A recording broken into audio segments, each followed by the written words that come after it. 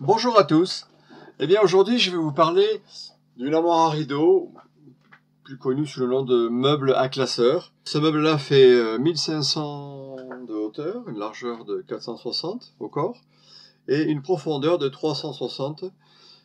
C'est une conception qui doit être industrielle.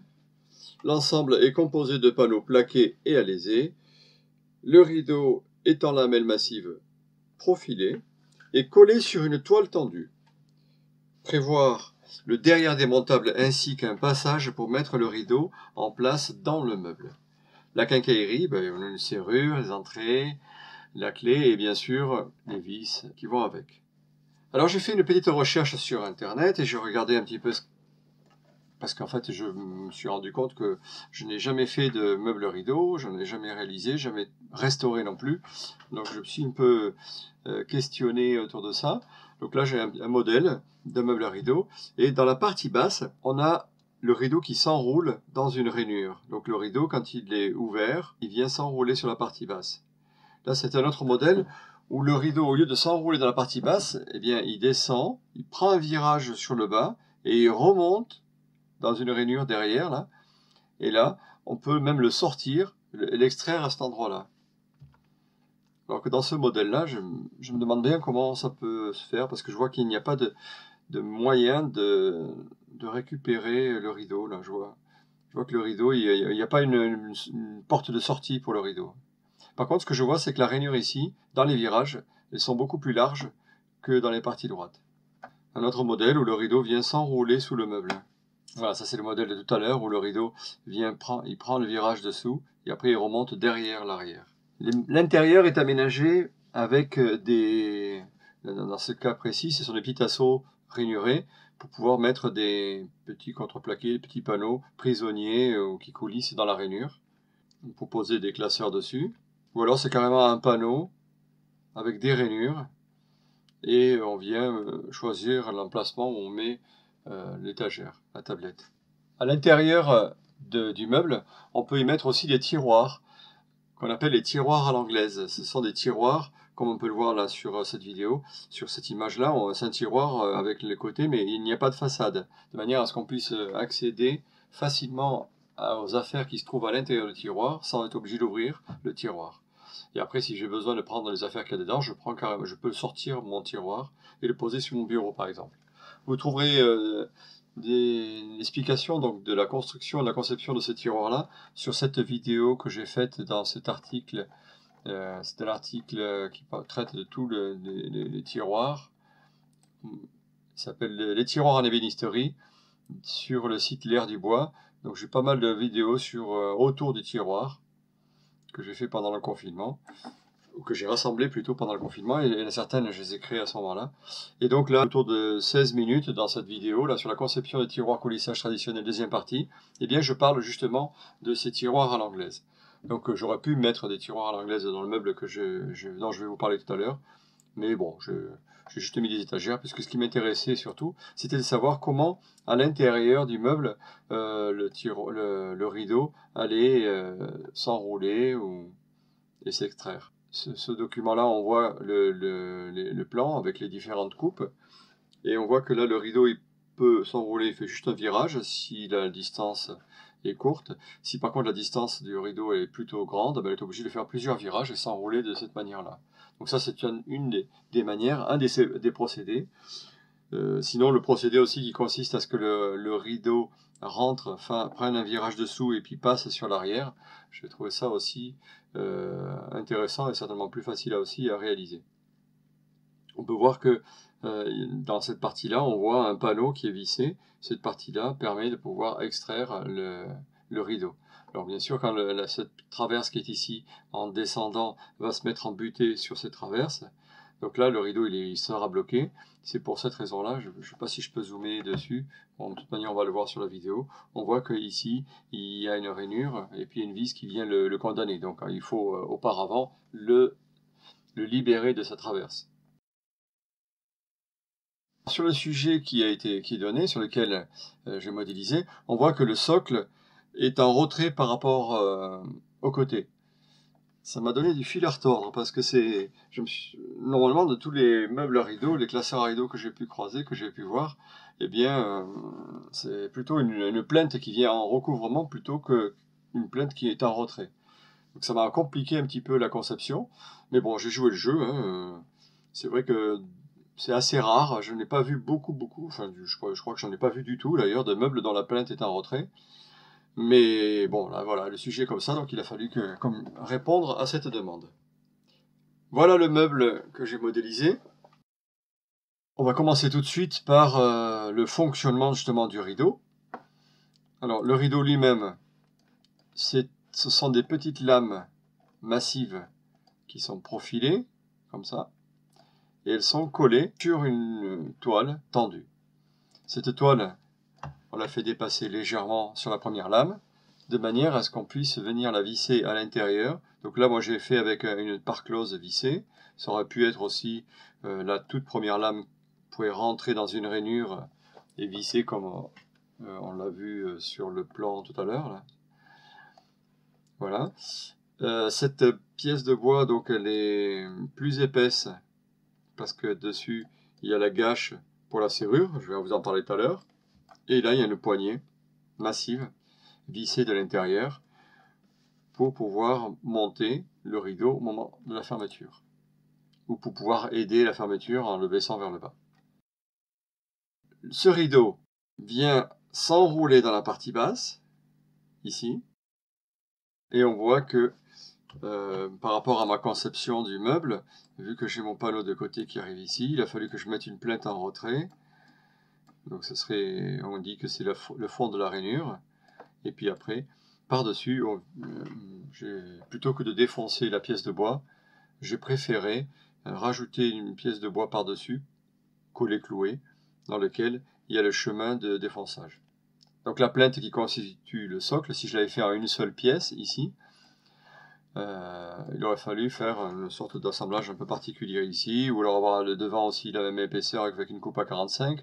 Ma plainte de façade, comme elle aurait été plus épaisse, du coup j'aurais été obligé de faire un petit chanfrein aussi à l'arrière.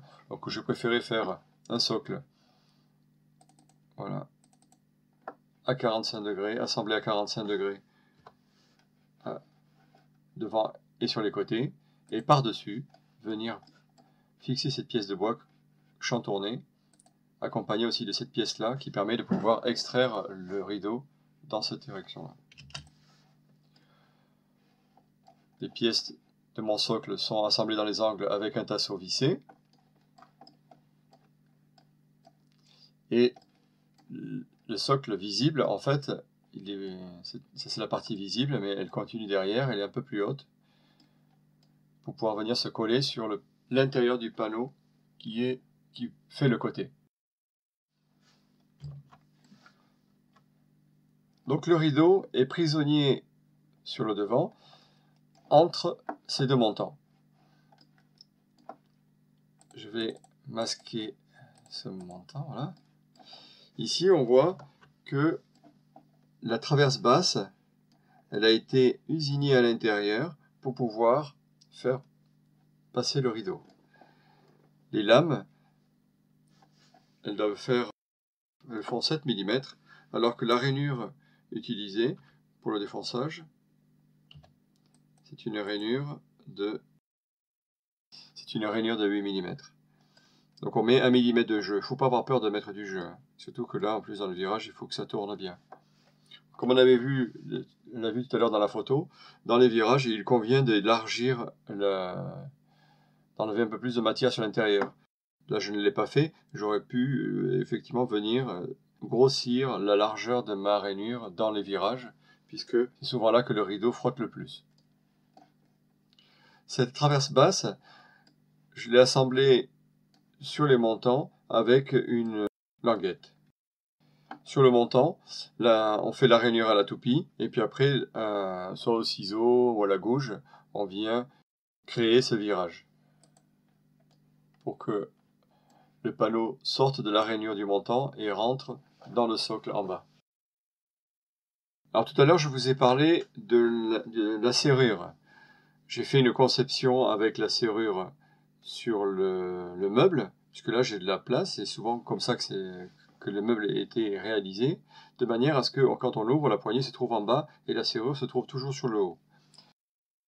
Si j'avais fait l'inverse, comme par exemple dans ce meuble que j'avais conçu au tout début, je l'avais fait avec la serrure non pas sur le meuble mais sur le rideau.